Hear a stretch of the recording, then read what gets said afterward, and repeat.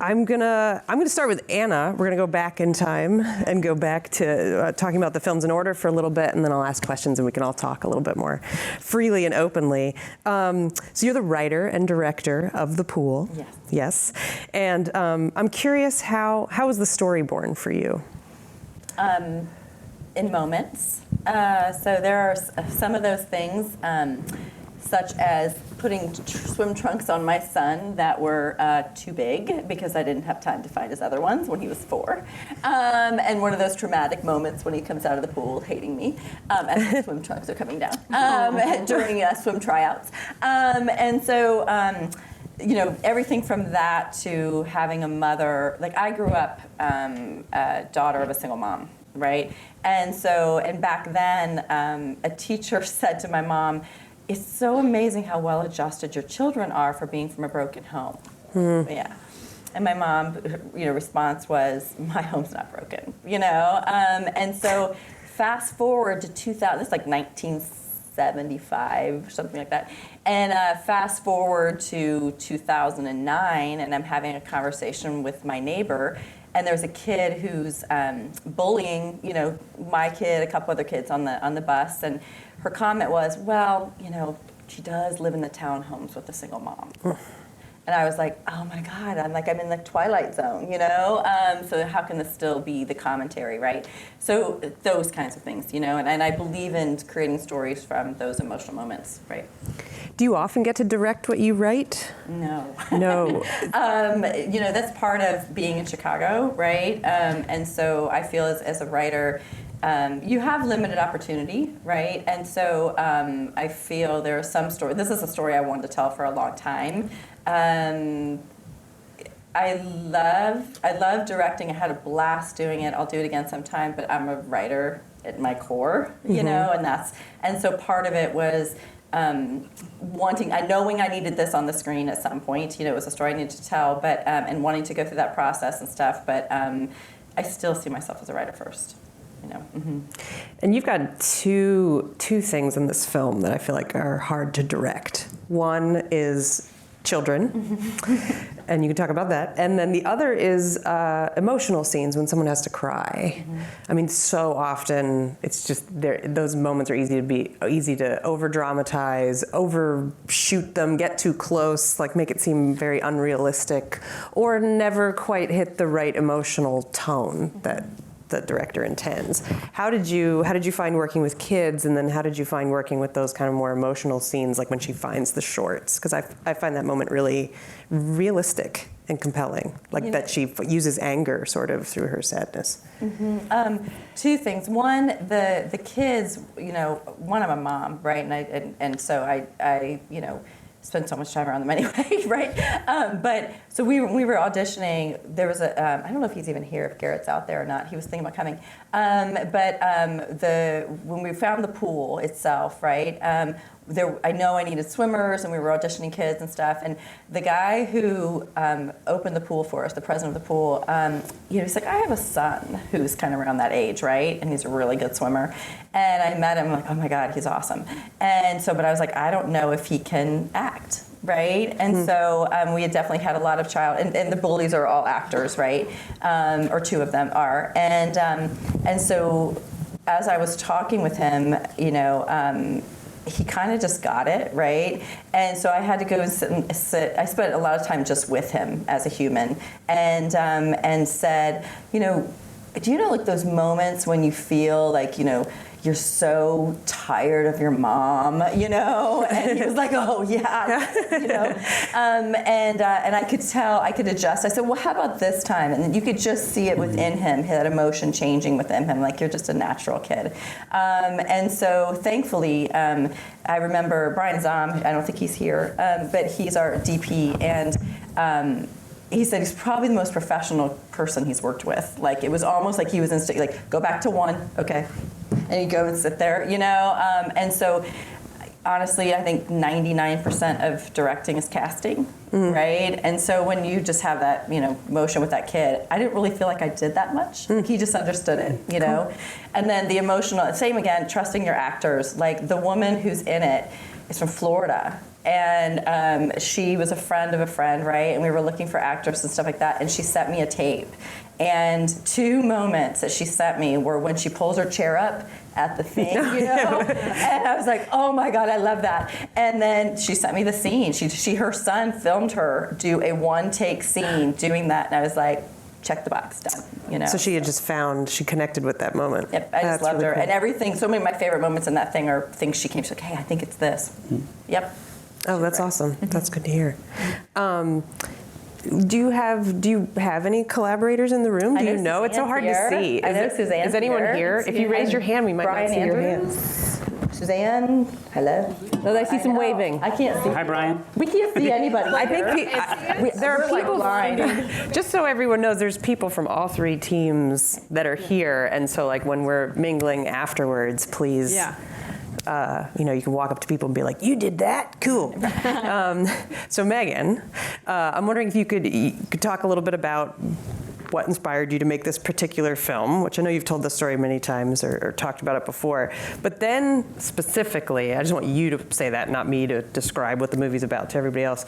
But then how the vision started for you, because it's a very specific vision of what you're portraying, and like what's the first image that came into your mind, and how did that blossom? Well, it's funny. I haven't seen this film for years now. It was so weird to like experience it again because, like Anna, we finished it in 2019. It took years to make, and then we had this amazing cast and crew screening, and then it started getting to festivals. But I was like, well, I'm not going to travel to these. I'll go to these other ones. And then COVID happened, and it's like all my festivals were online. So I'm like talking like Brad's film, like in a box, and it was just such a. So this was really fun to see it on the big screen. But so I have 3 kids. It feels funny that we're talking about kids, right? But at the time when I made this, well, the idea came when I was pregnant with my second kid, and we had to turn to science, my husband and I, because it just wasn't working the regular way. So I was lots of shots, IVF, going to the doctor weekly, blood tests and all that kind of stuff. And I felt like a pincushion, but I felt like a science experiment in a little ways, But I'm watching all these people walk around. I'm like, how do they have kids? Like, it just happened, right? And so a little bit of mine, when I started to think about, like, it's seriously a miracle when people have, like, how do we come to be in this world, right? And so the big part of this, like how it came to be, was like I got, with my second son, I got pregnant with twins, and we knew from day 2 that, because when you're being watched, they take your blood and they're like, oh, the numbers are up, oh my God, you have twins. So when I was getting tested, and we'd go, and we were seeing the babies, they were so small and all that, and then all of a sudden one day I went, and one of the babies the heart wasn't beating, and it was just like, but I had to show up twice a week and watch the monitor, and the baby's still there, but I'm like, I'm going to will it back to living, you know what I mean? And so it's like I had the one really strong one and the one that, and I was like, and it was just when your science experiment, you go in there, they monitor you so much. But anyway, so in my head, like a lot of people watch this and don't know what it's about, but that's okay because it was how I processed everything, It's like I got to experience and have a wonderful baby boy, and they kind of represent the 2 yellow twins. You don't know that, but and when they come out and they jump in together, well, one goes down this way and one goes the wrong way, and I don't know if it's the wrong way, it just wasn't that baby's time, you know what I mean? So it was how I kind of processed my grief, but I don't think anybody really knew it when I was making it. It was kind of like I was my husband and I kind of knew the line. He produced the film, but if in a way, it was also other things. I'm obsessed with Rube Goldberg. Do you guys know who Rube Goldberg is? Have you seen Pee Wee Herman or anything, how he makes his breakfast in the morning? And I'm obsessed with Busby Berkeley. Do you guys know who that is? Like that old time in the 30s, 40s, does all these big time Hollywood movies where, if we had a pool, the actors would be jumping in and doing these big geometric shapes and all that. So these are all like ideas I had, but also how do I process what I was going through at the time? You know what I mean? But here's the kicker. So wrote this film when I was pregnant with Jake, my second, and I had Jake, and so then the film, we started it and we shot everything, and the film takes a long time. You can imagine the animation and all that, and I'm sure you'll ask about the theater school and music school, but then we were doing post, and I remember I got pregnant again, and I was out to here, and I was like, we need to finish this film before this baby comes. And so I think we didn't quite get it finished before, but the cry at the end was my daughter. It was one of her first cries, and we took our sound guy Travis Duffield gave us He just came in with a giant boom, and he was like, but he gave me like a app or something, a microphone I could hook onto and so I remember Joe was in, recording it, like cry. No, okay. So what you're saying is the third baby is movie magic. The third baby is movie. The movie made the third baby. Yes, and I knew we could stop having babies after that. Yeah, so, we were good to go. But and I love color, I love rainbows, I love, and it's just, a big part of this film is, a lot of stuff was going on politically and in the world and all that, and it just felt like we were really just, at each other. And I just wanted to be like, so we all come from the same place. We're all made of the same stuff, no matter what colors and this and that and just how we think. And it's just like I was trying to pull people back to be like, stop, we're all magic, like stardust from just to get here. Like, how do we get here? Because it's so hard to get here. People don't, it's hard, when we're here. It's like, I don't know. So it was a lot of thoughts and, it's a very joyful processing of grief that is very rare. So I thank you for making the film. It means a lot to me. What was working? You worked with a pretty big crew and cast with both the theater school and music school, but also as a part of Project Blue Light. Do you want to talk a little bit about that? Yeah. I think I'm trying to remember how it started, but it was like, it's just a weird idea. Like, how do you pitch this? You know what I mean? Luckily, again, Joe, my husband, gets me, but he also is like, what? You know what I mean? Like, and then he's like, go write it down or something, and it's probably over wine. And then after we spent a long time on the script, and there's no dialogue. So how do you write a script like this? But I did. I had like an 11-page script of like how everything happens. And I think my next person I showed it to was Rob Steele, who is one of my favorite collaborators, and he's the composer of this film. He wrote that whole score, and then we gave it to the music school, and they performed it and all that. But and he's like, yep, no, this is it. And so I think like I always tell my students, you have a nugget, right? Like I had a nugget, like my idea, right? And I didn't want to share it too soon, so I really tried to flesh it out a little bit, but then I knew that, okay, I need to see if I'm going in the right direction. And as soon as Rob and Joe said yes, I was like, I'm off to the races, and it took a long time. And then Rob is the one who suggested the music school. I feel like he's the one that opened that, like, oh, and then I was like, what? This is a great idea. And I had another film called Speed Dating, which is all pixelation, which is stop motion with humans, and I had worked with one of the most amazing humans that she made a wig. I'll tell you the ending of the story, but one of the dates has a 10-foot beard. I mean, and she made this beard, and it looks like this guy. If you saw him on the street, you'd be like, he has a 10-foot beard, Yeah. So just the talent that I knew that was in the theater school was pretty incredible. So she hooked me up. She was off working on TV shows and all that, and she's like, oh, you should go talk to Deanna Aliocious, one of the design professors over there. And I did, and then another professor came, and then we just started talking. It had never been done, and it was like, well, maybe you should talk to this person. And then it just became a thing, and it was like, yeah, we don't know what we're doing. Let's figure it out. And so we hired a choreographer, Christina Flutie, who teaches movement in the school. And those students loved her so much. None of them are dancers except 3. We hired 3 real dancers because, 15 people showed up. So we, you know what I mean, or more than that, but I mean, and I wanted real people. That was a big thing, like real shape, sizes, all that kind of stuff. So, and then I guess I'm jumping around, but the music school, Rob composed it. Then we had Tom Miller and Tom Mata, who are professors over in the music school that, it's arranged. I don't know how. Yeah, you have to like figure out how to write all the music for every instrument, and then somebody that worked in the booth, Tom Miller, and then we had all these amazing students and alumni that came in and recorded it one day in the studio. We rented a studio here in Chicago. Can I just say, too, that there's a really great, because I'm sure everybody has a lot of technical and procedural questions for Meghann, because it is a pretty big production. There's a really great short documentary called The Making of Oh Baby that Joe Lyons, her husband and the interim director of Cinema Space, that some of you may know, that he directed, and it's on her Vimeo, and it's great, because you get to see, they shot behind-the-scenes footage the entire time, and you see the students working, you see them recording the music, you see the animation being worked on. Yeah. It's amazing. But, and then there's so many, collaborators as well as here, just the blue light in general, SCA students and animation students, I guess we're all together, but we hired them as a studio and we shot it, and it was incredible, like the dedication that they had. They built a lot of that stuff, And I believe I saw an email today about the next blue light, which is run by Brian Andrews. Which Brian it's like a VFX. It's got like the Mandalorian in the email. Yeah, Brian Andrews. That world would not be what it is without Brian Andrews. That white space, he created that white world. We shot at SNA Studios here in Chicago. It has one of the largest white Sykes. You guys know what white Sykes is? That it looks like but the world didn't, we needed it to continue forever and ever and ever. And Brian was able to do that among many other things that he did.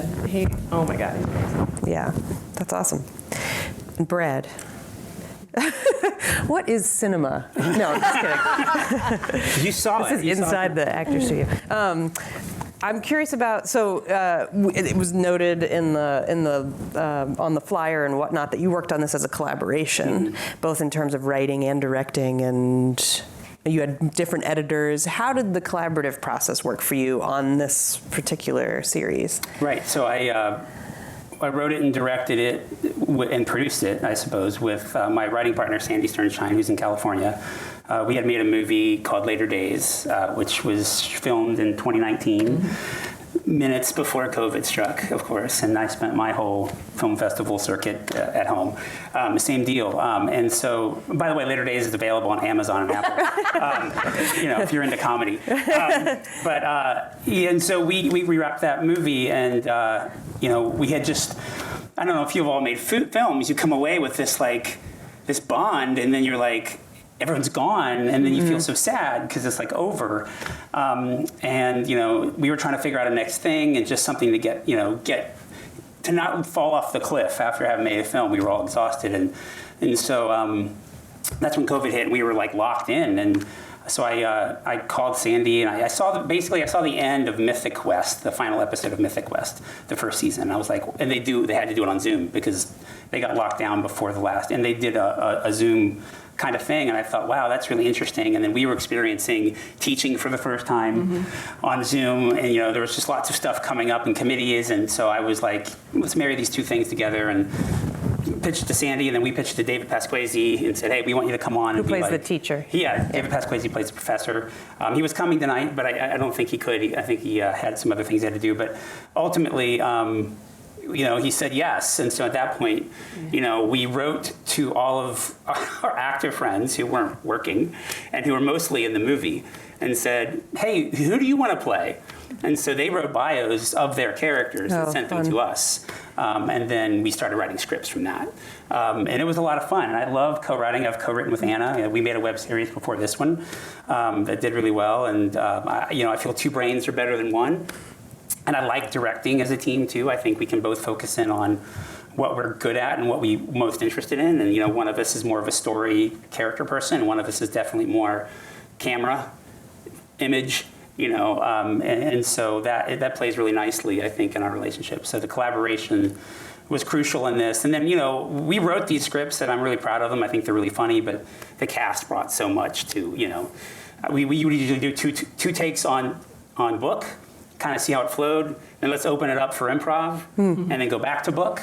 And so between all of that, we ended up getting a lot of really great takes. Was the book fairly detailed, or was the script fairly detailed, or was it kind of loose with the trajectory of okay, you have to say these few things to get us through, and there's a lot of room for improv, no, or was a lot pretty scripted? There were screenplays. I mean, they're down to scene descriptions. It feels so fluid and natural that I would believe it if you said it was entirely improvised. And Dave then once we got to know the characters, the performances and the characters, then it became really easy. I couldn't get these people to leave my head, and it was so much fun. And I started writing in reaction shots because I knew who would react how. And you don't already do that in a screenplay, but I was like, we've got to see her do this, and Well, this relates to my next question, which was about editing, which I was thinking about the editing. I'm like, it's either really easy or mind-blowingly hard to edit something like this. To know, because if you have six screens, or no, more like, what are the most number of students in the class at the time, like 9 or 10? If you have 9 or 10 options, or you could go to the full screen, or any individual person at any time, you have too many options for editing. Right. But then also how, if you let it go and you start improvising and you've recorded one of those classes, maybe you've recorded 40 minutes. These are about 5 minutes. How hard was it to edit, keep it at a reasonable time for a series? We got about 50 minutes of footage for every episode. 50. 50. Yeah. And we ended up cutting down to between 5 and 10. Yeah. And so the way Ron Eltonall, who's a professor here, was really instrumental in helping us figure out how we were going to set. Ron edited the first episode and the pilot, and then had to move on. And we have this great editor in LA who did the rest, Kurt Porter. But we all sort of, he used, Premiere will allow you to do basically live event editing. And so you take multiple feeds. Oh, you were doing that So we treated each feed, each camera as a feed. You line them up with time code, right? And then all of a sudden you can watch them consecutively, and then you can cut here, cut here, cut here. And so he would do a pass, and then he would send it to us. And I would remember have seen something, or, and I'd say, I'd like to get this reaction here. And then we got into a great rhythm with it. And, we did have, those actors had to submit all of their Zoom footage to us. Yeah, each individual person did a screen recording of themselves. Yeah, it's screen recording. And then, some of us were focused only on David, so we had David all the time, on two different, so it was, it was a lot of footage, and trying to get everybody's Zoom set up properly. I know you could tell it's definitely, high definition, beautiful image, right? But we did have to try to tweak Zoom to get the best image we possibly could, so. Yeah, cool. Do you have are there any hilarious anecdotes about trying to make that work and working with all these people in their own personal apartments from afar? The cast, they're all pros, and they're, in normal times, I could not have afforded them. They were really, we could go through each person and say how amazing they are and the wonderful stuff they've done. But I would say the hardest part was, especially, what I thought, I'll tell you what I thought the hardest part was going to be. What I thought the hardest part was going to be was keeping everyone from stepping on each other. And then I realized they're all improvisers, and they know better. Oh, yeah. And so, it was really great, to just see, we'd do a take, and then, someone would say, hey, what about this? And we would do a take with that. Then we could do pickup shots on Zoom, right? Which is can you say that again? Okay, one more time. Yeah. And it was just, we're all sitting there. We did it on, I think, Tuesday mornings from 9 to noon. And we did 12 episodes. They're all available at distantlearnersseries.com, and did really well on the festival circuit for web series. And we wrote a pilot and tried to get that out. That hasn't been successful yet, but because people don't want to be in the web space anymore. and that's what we've heard, honestly. Yeah. But we have thought about repurposing those characters whom we all love into sort of into an indie feature. But this is going to have a nostalgic, in 20 years, it's probably going to explode into, do you remember when we had to do that? And everybody's going to want to watch this and kind of go back and have fun laughing at it, I'm sure. Speaking of, you mentioned your high quality camera for yours, and Anna, I was curious, I was thinking about the cinematography in yours and how you switched between some form of cinematic camera, I don't know what, and then you went into what looked more like a GoPro or something for the pool. Yes. And that had a cool effect, actually. It wasn't like I couldn't tell, but it also wasn't like, ooh, these cameras don't match. It actually made it seem really urgent and frightening when she jumps in after him. And I'm wondering if you could talk a little bit about the practicalities of working in the pool and the camera choices. Yeah, I have to, because I'm a writer and new to directing, I rely on my team for everything, right? And so I trust Brian Zom, who also produced it as well. And so he's the one who kind of came up with the choices and stuff. Doing it in the pool was awesome. God love him, going underneath with all the swimmers the whole time. again and again and again, holding, trying to do that over and over again. And I think that was, and it was a freaking cold, rainy day, and so like the poor little guy was blue. We were done, but. Wait, is Brian the poor little guy or the actor? Exactly. Huddled under 6'8". And so I knew that, it was funny when I had the script originally, and one thing that's so wonderful about working in SCA is Meg and I are working on something right now together. Is you send it to all your friends and all the people that you work with and stuff, and say, give me notes, right? And one note I got was, and when I was originally writing it was, so often in a short, right, you need that moment of death, right? You need that moment that takes us, what's going to happen, right, next, and I realized like I needed that moment, and he's in the pool and he's drowning almost, right? Like he's going down, and I was like, oh, now I need that moment. How am I going to shoot it, right? Like you come up with the moment, you're like, that's it. And Brian's like, I got it. I can figure this out, right? I'm like, okay, and trusted him on that. So honestly, I would love to say I really thought about my camera choices. It was not my choice. You coming from a cinematographer, I'm like. But that relationship is very important. It's crucial. Very important. Yeah. Mm-hmm. I keep looking over at the whiteboard. I'm not supposed to expose these things, but I'm just like, is it time to move on? Because I do really want to hear questions from the audience too. Is it okay to go towards audience questions? Am I going to get in trouble for doing this early? I can't see anybody. They're conferring. I feel like now's a good time. I can hear them. No, I feel like I'm doing it too early. Wendy, basically. Anyway. Well, I have one. I know I'm breaking the rules. I have one more general question for you guys, in case we have a couple more minutes before we go to audience questions. What are you working on now?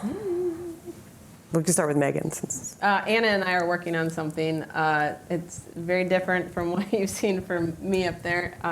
It's not animation. It's live action. It's a drama, and working with kids.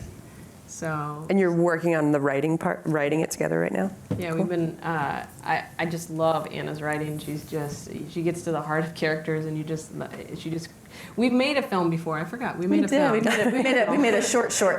Yeah, and it was a pretty not fun topic, but we put a spin on it. It was right after the Florida shooting in the Parkland, and it was like we were both just angry. It's like trying to give teachers guns just didn't seem like a good idea. But anyway, we made a PSA about how ridiculous it's with two teachers that have just gone through a 60-minute class and they have guns and they think they're all. It sounds, you got to watch it. It's actually funny. It's funny, but it was great. We released the day of the march, and I think it got picked up. I mean, a mini viral, like 70, 80,000 or something, so that was nice. But just to kind of, we wanted to make something that said something. So, and we're doing that again, but it's more of a story.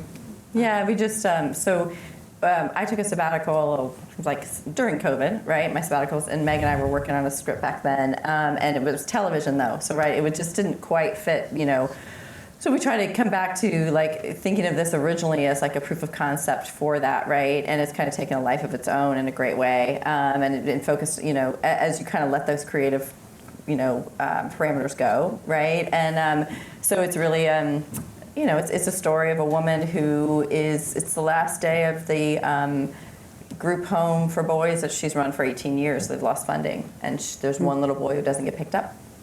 And he's supposed to be picked up by his mom, and the mom's gone to court to get him back and things, and she doesn't show.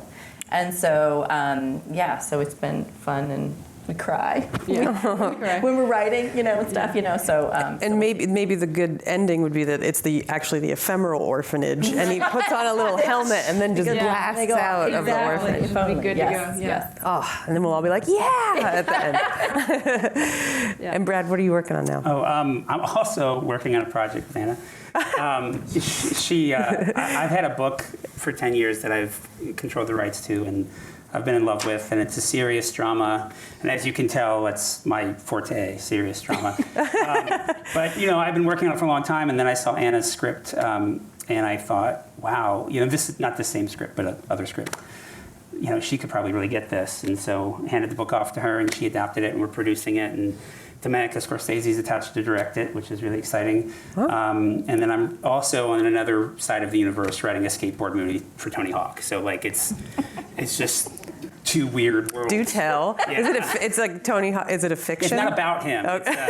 He's producing it, and it's about 40-year-olds who decide it's a good idea to start doing skate contests. It's not. It's not a good idea. Not a good idea. And that's why it makes for because that's why Tony Hawk got hurt recently. Yeah. Broke the leg. Yeah. Yeah. So those are there's the two things. Oh, and you're not going to tell us what book it is. Oh yeah, it's the Kindness of Strangers by Katrina Kittle. Oh, okay. And it's also very serious and It's heavy. very sad and dark and wonderful. But hopeful. Yeah. And hopeful. But very hopeful in the end. It's a story of resilience. Serious talking. Cool. Cool. I'm ready to go to audience questions. Do you think we could do that? Yeah, we're ready. Cool. Q&A. Cool. If anyone has any questions, there's this ominous location right there that's lit by a mic, that has a microphone. I know. I don't know if I have anybody out there. I can't see. If anyone has any questions, I can see. This is where I kind of need to keep talking while you guys Yeah. build up the confidence and get your question ready. can't And I want see you to know that that is there for you, and I can see you when you get there. And so while we got someone on their way, and in the meantime, we will talk amongst ourselves. And I did see one of an amazing animator that animated on this, an oh baby, Shelley Dodson. You're Oh, yeah, out there. Shelley Dodson. Shelley. And the editor of Anna's film is here, Yeah, Suzanne Sufrieden. And I know, I'm hoping Brian This is here. There I know. We really can't. and Rob should be here, Yeah. and Brian, and yeah. Are there any distant learners in the crowd? Oh, yeah, literally. Oh, we've got our first question. Hi. I have a question for the Oh Baby. How was the set built? Because the opening set looks really huge. That is such a great question. It is really huge. It's absolutely. I'm trying to remember this. We built it. We had to build it multiple times. We built it at CineSpace over John Corba, the production designer, former director of CineSpace, helped design it. We had Dave Tenenbaum, who does all the Chicago Fire and does their sets and all that. But it was a real, because it had to be built, right? And so also the dais or dais, however you say that, jumping in the hole, we had to create that.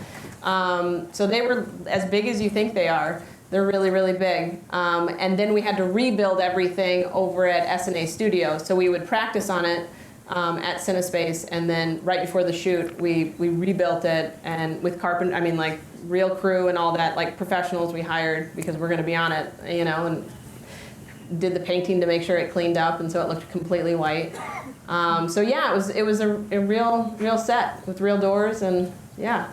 In the making of video, you really get to see it being broken down and moved to the other studio, Yeah. and you get to watch everybody walking around. That's a great thing, yeah. If you want to see how the production came together, Joe made this, like Lori said, this great documentary. It really breaks it down, and you see all the parts that go into it. Because you see all the names, you're like, why did they have 80 people working on that thing? And you're like, oh, okay, because they each had, without one person, we couldn't have done it. So. And so many students had such a big role on this film, like the art direction and all that kind of stuff. How many production days did you have? I think 5 for the live action. So one, we were rehearsing for months. Every couple weeks we'd check in and be rehearsing. But I think the shoot was over December break, and I think it was a 4 or 5 day shoot. Does that sound right? And there's rehearsals in there and setup and all that. And then the animation. Shelley, how many days did we shoot? 100. It was a lot. So, that set was also very big. It was life size. I'd never seen anybody do that, but for some reason I wanted to make it hard for everybody else. I wanted to make it harder and more expensive, and to make it life size. So we could have 12 animators. No, I exaggerate. We had 8 animators animating at one time, in the final scene when everything is moving. Cool. So, Thanks. thanks for that question. Is there someone else there? Hi. Hi. I just wanted to ask Anna, you talked about the transition from screenwriter to director, and I wanted to ask you what you found hardest about that transition and what you found easiest about that transition. Hardest is not knowing the technical stuff, really not knowing what, Brian Dom took me and he was like, okay, so these are the lenses you can use. And I was kind of like, I don't have time to learn all. There's no way I'm going to be able to like absorb that, right? So I'm going to trust you.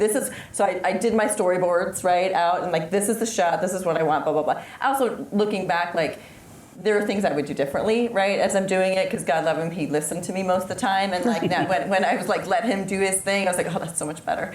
So the technical side, I think, is way harder. The easier parts are when you choose really great people around you, right? I think that's the crucial part of directing both your cast and your crew, right? Choosing cast that you see them, right, and you're like, they're done, they're awesome, and then and trusting that, and then your crew are just people not only who are talented, you want to hang out with for a really long time, right? That's absolutely crucial.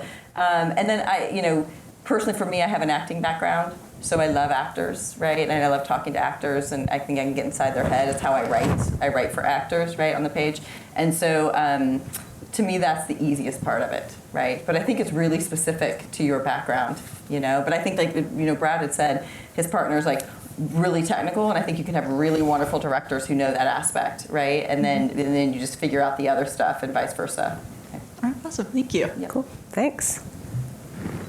Is there someone else there? They kind of emerge from the darkness. Yes. I have no idea until they're like right in the light. My question was, looking at all these credits, we see a bunch of like DePaul professors working on it. What's that like, being at DePaul teaching, but also being able to collaborate with all the fellow faculty that you work with?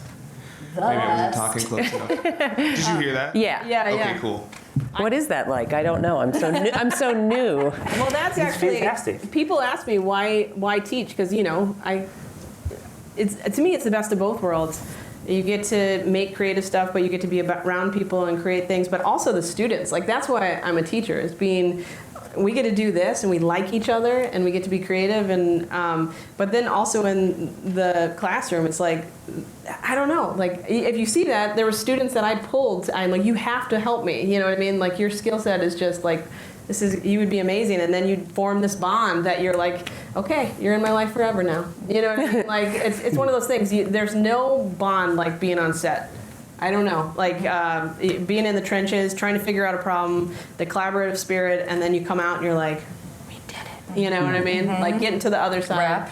Yeah. But I don't know if I answered it, but go ahead. No, I was going to say the same thing. On the pool, it was almost all students and alums. It was faculty, students, and alums, pretty much, right? Like, that worked on that. So I think that's what's also, my husband, who's in finance, right, or was in finance for a long time, the first time I ever made a film and everyone shows up there and no one's getting paid and everyone's having the best time of their life, he's like, I don't get it. Like, why would anybody come and not get paid, right?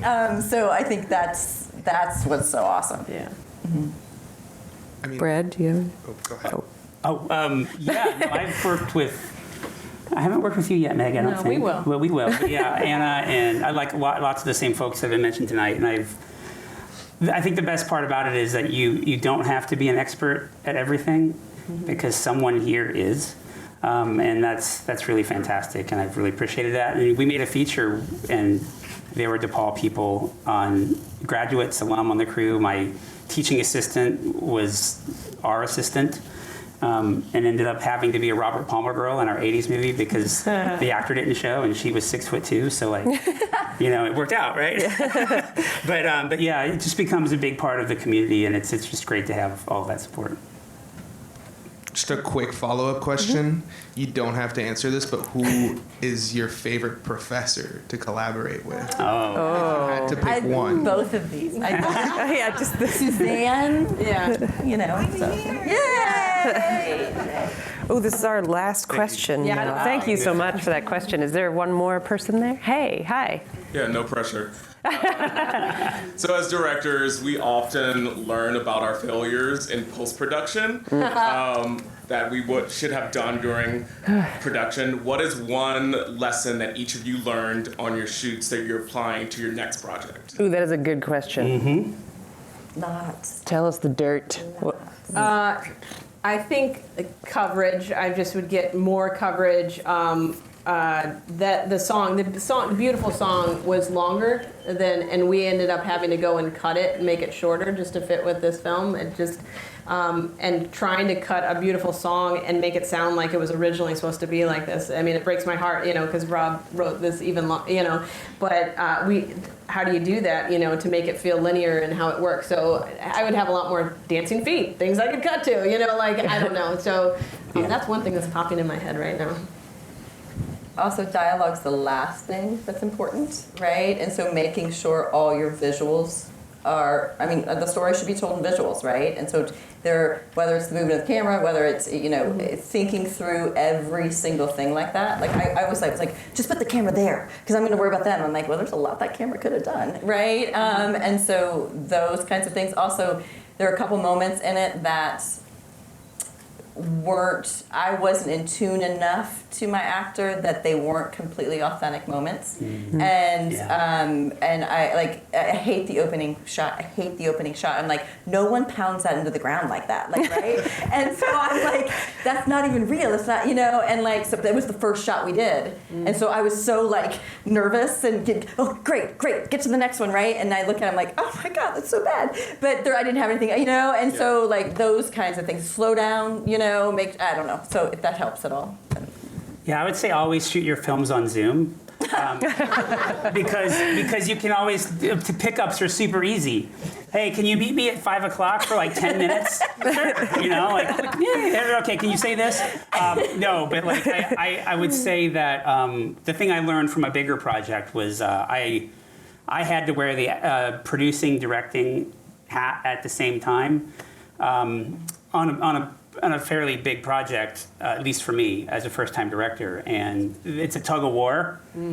Your brain is we got to hurry up, we got to save money, we can't go broke, but we need this shot, we really need this shot, and pulling from both sides kind of tears you apart, because and then you look at your movie and you're like, oh, we did so many great things, but if I would have just argued with the AD and gotten that last shot, I would have satisfied the director, and I think satisfying the director is more important. So I will always have a producer going forward that is not me. Even if I'm producing something with them, I will always have someone who can let me be the director and let me yell at them because I need this shot, and let them say we can't afford it and we'll have it out. But I want to defend the movie and not the budget, as a director. And so that's a mistake that I made. Thank you. Good advice from all of you. That was our last question. And so I want to thank the three of you for sharing your work with us. This was really fun. It's my opportunity to get to know all of you better, and now we get to go eat and drink and talk and see each other. So thank you all for coming. Thank you, Wendy. Keep your eye on your email for the next one sometime next quarter.